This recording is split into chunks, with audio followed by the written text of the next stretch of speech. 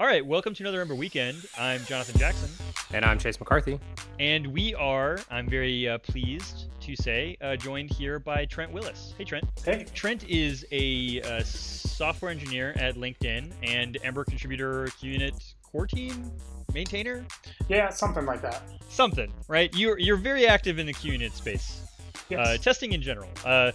And a lot of other things. You've almost assuredly heard us talking about some of his work, Lazy Engines, if you're a longtime listener, and a lot of other things. I think Ember Exam and some other things that we're going to talk about today.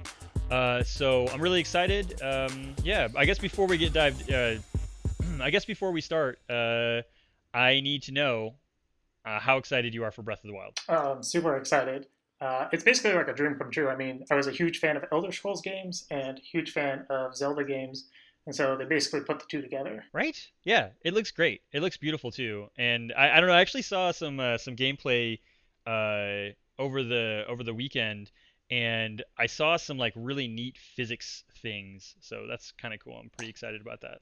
I've avoided watching any of the footage, so that way I Oh, don't. wow. Do you have Yes. like Twitter filters for like avoiding spoilers and stuff? No, I'm just a very quick reader. Quick reader, you're like, nope. That's now I know what that's all about. I'm out. Chase, do you have a Switch yet? No, but I definitely want to get that game. But I know what's going to happen. I can see it happening on Twitter to other people where they're like, I really want to make some software to help me play this game better. And it's like someone made like a Google map of the entire area, and like they're like tweeting about. It was like over the weekend, and they're like tweeting about putting all the markers and stuff on it. And I'm like, that's exactly what happens with me in games like that. Is like I That's play it funny. for like Didn't you 3 you did that days. for Rust? Yeah, I mean, Oh yeah, I did a Google map for yeah, Rust. totally. Did you build it in Rust? No, actually, it was like well, I actually was writing Rust kind of around the same time. But yeah, it makes that game makes searching for anything about Rust lang hard, like really hard. Yeah. Well, yeah. I mean, there's a few. Have you ever tried to use the language IO? It's an Oh yeah, object-oriented language. It's impossible to search for. Well, anyways, we got a lot of stuff to talk about, so I'll stop wasting your time with Breath of the Wild stuff, even though I'm super excited about it. But we'll dive in with our interview with Trent. All right, so Trent, you're really involved or heavily involved in the QNet space as like a contributor and a maintainer core team. I don't know if it has necessarily a core team. I think we're both a little bit unsure about that. How did you get involved in that space? So my involvement really came out of just kind of necessity. So when we were working on originally redesigning LinkedIn's mobile application about 2 years ago now, there was a bunch of, I guess, features that we wanted out of QUnit that weren't there yet. Stuff like before and after hooks, um, the ability to do like regex filtering of your tests, and things like that. And so I opened a couple PRs, and eventually Leo Balter, who's the project lead, reached out to me and just asked if I wanted to help maintain the project. And so I said, sure. For some reason, I tell people I'm a masochist and that I actually enjoy testing, and so it felt like a natural fit. Yeah, totally. So with those features and stuff, do you still find yourself doing feature development on QNet, or is it mostly kind of switched over to like maintenance mode, or? So I think my presence has actually pushed more features than were previously going on in QUnit. I've been very much cognizant of trying to push the framework forward. So like some stuff that we've added recently, we just landed the ability to have to-do tests, which are basically tests that expect a failing assertion. So that way, if you're doing like a refactor or say like trying to redo your framework's rendering engine, you can have a bunch of tests that aren't passing yet. Then Uh-huh. once they do pass, you can get notified of them because they'll fail. And then other things we're working on is kind of like adopting a new standard pluggable event emitter interface for the reporters that you use with QUnit, and that is setting us up so that we can have a built-in QUnit CLI, so that way you can do things like Mocha to easily test your node code. That would be awesome. Yeah, I was actually going to ask about that. So what about the event emission stuff that you're doing is going to pave the way for like a CLI test runner? So there's another project that was originally started by some folks from the QUnit team, called the JS Reporters Standard. The idea is that it specifies a certain set of like events, and data for those events that test runners can implement. And then you can have these generic set of reporters like tap reporters or stuff that logs to the console or what have you. And you can just use them with any test framework. And so we've been holding off having a more flexible reporting framework on that event emitter stuff that is coming. And so now that that has finally landed, just landed like last week, we're going to start moving on like actually getting a CLI with a built-in like tap reporter by default, and some conventions around like where to put tests and how to run them. What is a tap reporter? Oh, so tap is a protocol that stands for Test Anything Protocol. And it's basically like the default printout that you see when you run Ember test, like in a console. That's basically tap output. Yeah, so I'm familiar with it, but not the protocol name. That's neat. Yep. Yeah, so in the QUnit space, I see like big players like Ember adopting QUnit. Have you noticed other organizations starting to really embrace QUnit? Because I know that Mocha is used quite heavily, and there are other competitors like the testing space is, there are a few, and they kind of break down not just in like preference, but also in like by platform kind of. So I think Tape is really popular in Node land, and there's a whole bunch of different test runners. Well, I guess that's a test runner, but like testing frameworks. So what I guess what's the ecosystem right now, and like what is the adoption of QUnit in general outside of the Ember space? So right now, I would definitely say like the Ember ecosystem is probably the biggest user of QUnit. I found that there are honestly not a whole lot of big players other than our community, which is both like great and bad. I mean, it's great because it helps us like do the things that we want to do, but it's kind of bad because like we have fewer people contributing, and it's a bit harder to garner interest in some of the stuff that we want to push forward. I would say by far, like after looking around, there's been a lot of test frameworks coming out recently. There's like Ava for Nodeland testing, Tape, as you mentioned, Jest, as well as some other smaller ones that are popping up. But by far the biggest still, I believe, is Mocha. Like if you go to basically any blog post or like talking about JavaScript unit testing, Mocha will be mentioned. Yeah. And so we've unashamedly adopted some ideas from there. Like, I mean, having things like nested modules, and some people like behavior or BDD style assertions like the expect stuff.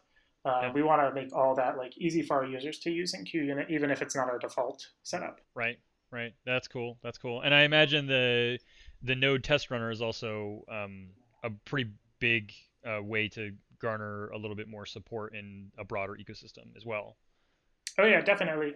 One thing that I've heard stated by many people, including like people on the Ember core team and just in our community, is that they would love to use QUnit for their node tests as well, especially because it's so easy to get set up and running in the browser. But like not having an out of the box solution to it really kind of puts a damper on that. Yeah, definitely.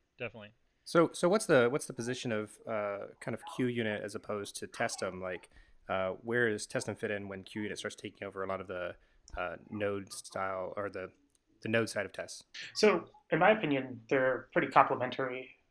One of the things that I think a lot of people have a hard time with, and I've been meaning to write a blog post about this, is just kind of the whole testing stack for Ember CLI apps out of the box.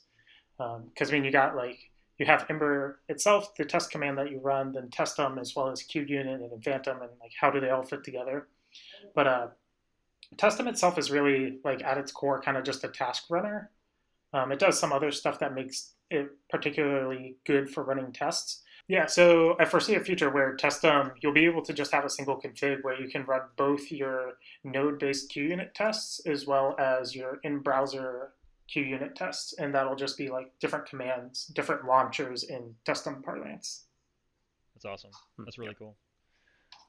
Cool. So in the QUnit space, is there anything that you'd like to call specific attention to or get some more eyes to look at? So as I mentioned, like to-do tests, which just recently made it in, they were in the most recent release, which was released on Sunday, are pretty cool. This is something that no other framework is doing, and I think they offer a lot of promise as far as like incorporating TDD into projects is concerned, because it allows you to write your tests ahead of time, even if they're not going to pass. And so that I think is really big.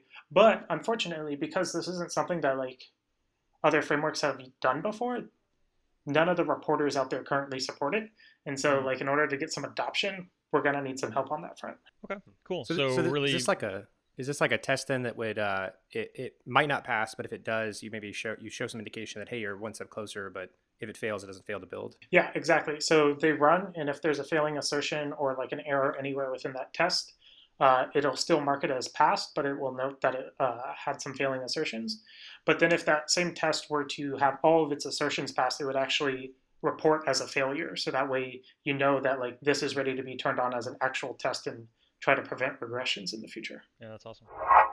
So I don't know, like maybe a couple months ago, we had an interview with Chris Thoburn, and he was going on and on about Heimdall being pulled into Ember data, and you're working on with kind of a project to visualize this Heimdall tree of calls, right? Yeah, I've been working on that with Robert Jackson and have had some input from both Chris as well as like Stefan Penner. So what's the rationale behind it? I know it's tracking, how long what like a function takes to execute or something like that, and then at the end you get some performance metrics of where you're spending all your time, right? So, so that's one of the features of Heimdall. So Heimdall, at like its most basic sense, is just kind of like an instrumentation library. So it provides two concepts really, and that is like stat collection, so like how many times a function was called, and then also like runtime measurements. And so that is like knowing how long a function took to execute. And so the idea here is that you can have a bunch of nodes, which basically can represent like either function calls or like a plugin for like a Broccoli build system. And then you can kind of take all of this data in aggregate and use that to get a holistic picture of like how your JavaScript code is performing. Okay. Yeah, it's pretty cool. Yeah, I think the visualizer that we're gonna definitely have a link for that you've been working on is mainly set up to display the broccoli trees more effectively.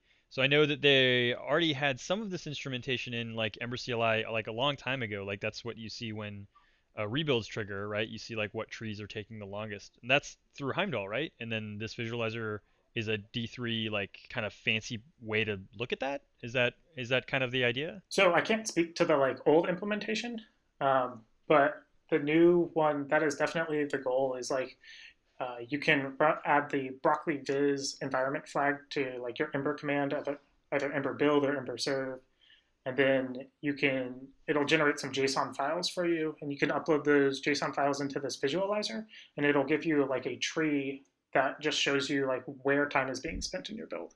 And so this has been huge for us at LinkedIn as we've been kind of like scaling our app and trying to make sure our build performance is good, is it gives us a really easy way to kind of look at where we're spending time in our build. Huh. That's awesome. That's awesome. So I guess like from a practical like perspective, big companies are going to get use for this when they have like complex builds that are utilizing a lot of their own custom broccoli stuff. This is also going to be useful for like add-on authors and I guess even any team that has some broccoli modifications. Is that kind of like the general place that you'd start to use it? Because I feel like if it's just tapping into Heimdall visualizations, those JSON files could be generated with the Ember data stuff too, right? Yeah, and so that's the goal, is that Heimdall would be not just for like node and build code, but that you could also instrument like runtime applications. I think there are some plans to like integrate it into kind of Glimmer and have some debug builds where you can kind of get actual like realistic looks at the performance characteristics of your app as it is running. Right, and there are plugins and things, right, that will remove all the kind of the reporting code out of your final build. Yeah. So Chris Thoburn, Runspired, wrote a Babel 6, and I think it's also a Babel 5 plugin that'll basically strip all the Heimdall code out from your libraries or add-ons. Yeah, that's awesome. I know that there's like a ton of work every time. Well, I guess more recently because of the switch over from Babel to 6 or from 5 to 6, like rewriting all those plugins to make sure they all still work. Because I don't think the plugins. I think it was actually major Semver bump, so that's pretty sweet. Yep. Cool. So I guess like when you start talking about this, what are the things that are most exciting about it for you? Like obviously there are the implications at LinkedIn. Are you seeing specific spots where you find you're reaching for this tool more often, or? So I think just in general, it's like looking at ways that we can improve build performance, not just for large apps at LinkedIn, but also just across the board for anyone using Ember CLI and Broccoli. So like just yesterday, I opened a PR that was about like pre-building add-ons, so that way you don't have to redo all that Broccoli work whenever you consume an add-on. And so like that was directly born out of the fact that we were looking at these build graphs and seeing like there's a whole bunch of like repeated work that we really shouldn't be doing. And so cool.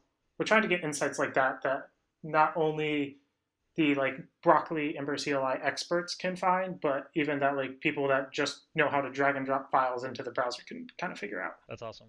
Yeah, that's a really cool goal. I like the idea too, and I think Chris was really excited about how good Heimdall is as an instrumentation library because of like how I guess fast it is. I don't remember exactly his rationale, but he really enjoyed it for that. So yeah, you mentioned that Heimdall has some kind of tie-in with how Broccoli's working. So you're obviously doing a lot of work in Broccoli and helping, because that optimizes everything, your builds and your tests, or at least the starting up of your tests.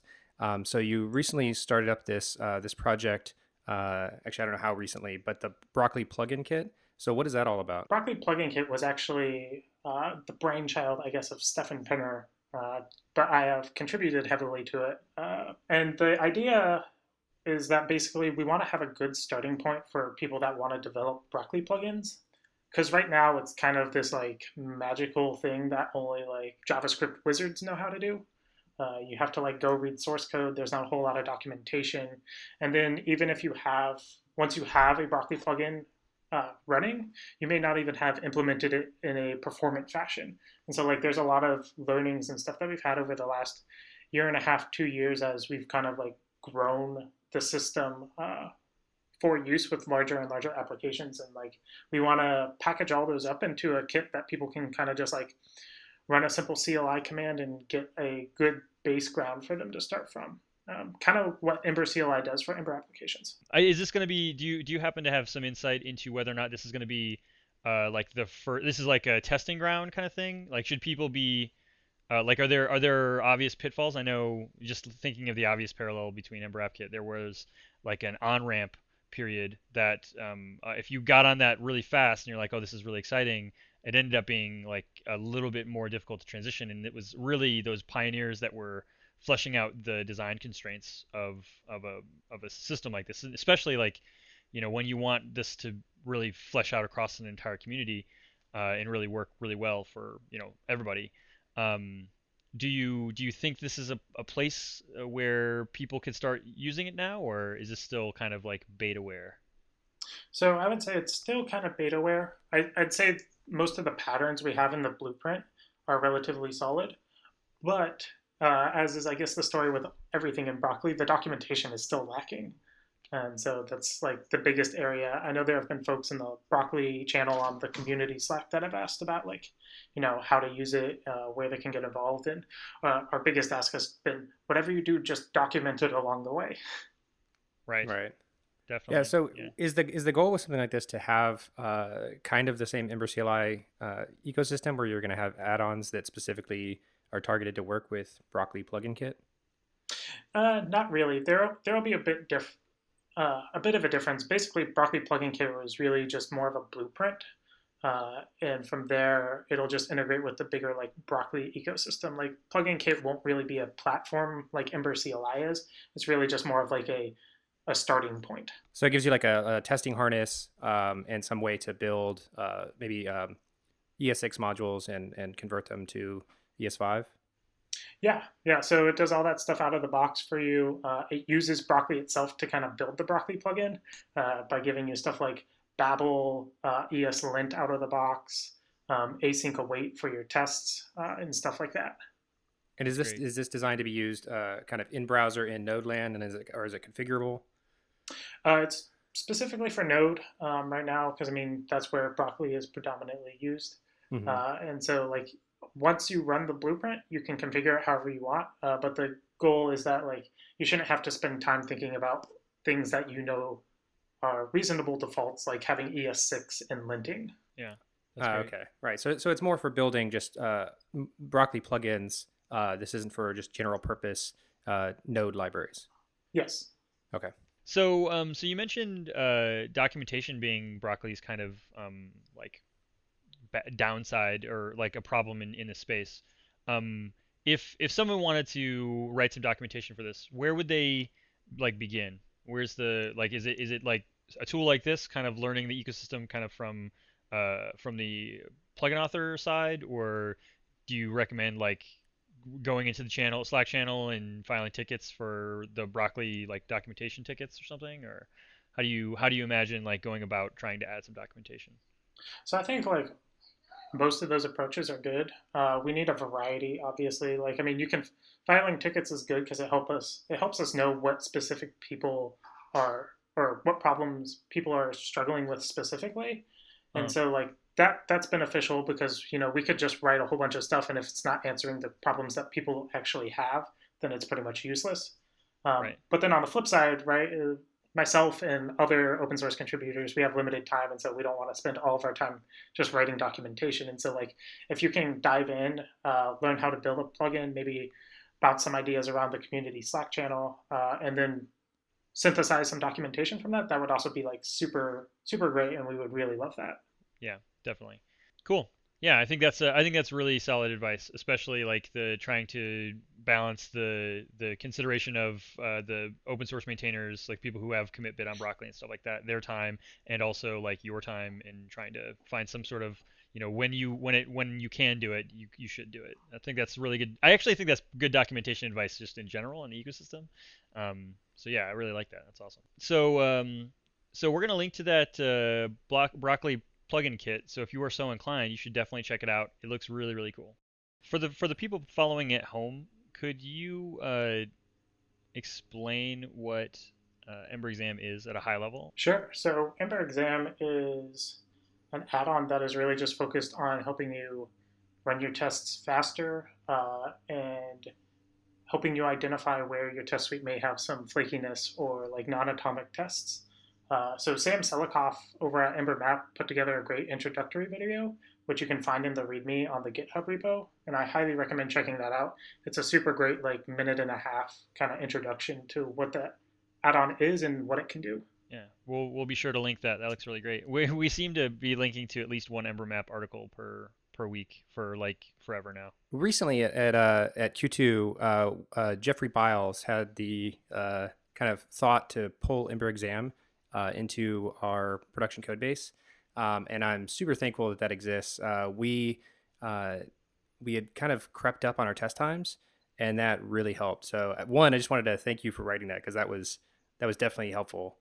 But also, what all goes into that? Because I know that there's some tying you have to do with Testum, specifically to say to parallelize, and then you have to tell it how many to parallelize, and then there's splitting that goes on, and some other kind of partitioning you can do. Do you use like Ember Exam at LinkedIn to speed up your tests? Yeah, so Ember Exam was largely born out of, again, necessity. We had a large test suite in our app, and it was just like becoming such a bear. Like our, by the time that I actually like integrated it into our test suite, it was taking, I don't know, probably somewhere on the order of like 40 to 50 minutes to run from heads to tails. Um, Mm-hmm. and so that was just obviously like unsustainable. We had some naive test splitting that we tried to do before that was basically just like, run a bunch of different commands and different processes with specific filters. But that gets brittle over time and you have to maintain it. Right. Yeah, we had come up with something similar to that where we were, trying to check out certain parts of the kind of add-ons and app that we have, or use specific tags to say these should run at a certain time, or because we know that some are might fail and we want them to fail early, and so we kind of want them to run first or whatever reason. And the other thing it also helped us do is that it sort of randomizes the order of the tests, at least because they get partitioned out separately. So we noticed we had some flaky tests that we were able to fix that are that had been historically problems, but this kind of forced us to tackle it. It also showed us how much load our CI server can handle, because we had definitely like crept the number up and parallelized it to I think 8, and we were like, well, okay, we're definitely it starts bogging down and timing out if it's using up too many cores, because we're running those locally. But it's surprisingly easy to configure. Jeffrey, I think, had it set up in like, I don't know, maybe an hour, and then we I think he halved the time it took for our acceptance test to run. We don't run it for everything. We're just running it for our main acceptance tests in our app. But that definitely helped. The other thing that we ended up doing that, and this is where, knowing Broccoli, I think really helps, is that we ended up, in combination with Broccoli and Yarn, doing some things that allowed us to do like a single Yarn install rather than I think 7 NPM installs. So overall, our test went from 45 minutes or an hour. They were creeping up and up and up, down to, I think we got it down to 8 minutes. So it was pretty good. So that's pretty good. That's pretty good. It's all right. It's all right. Whatever. Yeah, it's just there's a series of things that we had to do. Yarn's all awesome. Ember exam taking the actual test time down, and then some Broccoli magic to kind of build up kind of a temporary directory rather than trying to isolate the tests where they exist in the app structure in our CI. We were kind of pulling them out into a temp tree and manipulating them in there and outputting them, and that seemed to help a lot. Much less copying. So, we're using Ember Mocha, so I don't think we can't randomize, if I remember correctly, with that.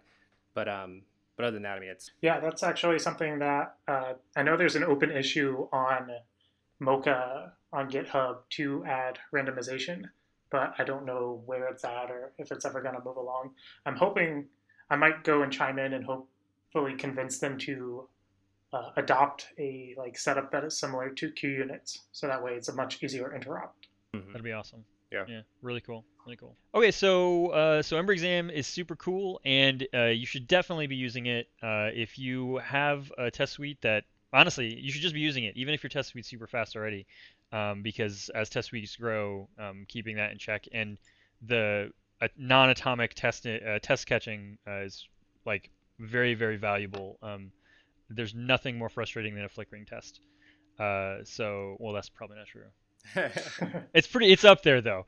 And just check it out. We're gonna link to that, and we're gonna link to QUnit. I think we actually mentioned that a little bit earlier, but we'll link to a bunch of testing stuff. But Ember Exam is definitely something you should be looking at if you have an Ember app. So definitely check that out. All right. So there's a tradition you may have heard. We were supposed to warn you about it. We always say that. We never do. We ask our guests to name the episode. So what do you got for us, Trent? So we got to tie it back into Breath of the Wild. We can call it Breath of the Tomster. I love it. That's so good. It really does bring about two very distinct mental images. You're like, oh yeah, Breath of the Wild's great. It's gonna be a great game. Breath of the Tomster, I get it. And then you're also like, wait, Tomster breath. Okay. I need to find a little ocarina kind of effect to play. Oh yeah, good call. Yeah. Are you editing this part? No, you are, but that's now I'm you got to splice in some Zelda sound effects. I totally agree. Yeah, for all the money we're making. All right, so thanks for sticking with us through another Ember Weekend. It's been really great to have Trent on. Thanks again for coming out. Anytime, guys. And as always, you can follow us at Twitter on Ember Weekend, all one word, or our feed at emberweekend.com/feed.xml. Look forward to all this stuff. I'm actually really excited about pretty much everything we talked about here. QUnit, the Heimdall stuff, Ember Exam, Broccoli plugin kit. It's all going to be really cool. So, once again, thanks for stopping by, Trent. And, I'm Jonathan Jackson. And I'm Chase McCarthy. And we will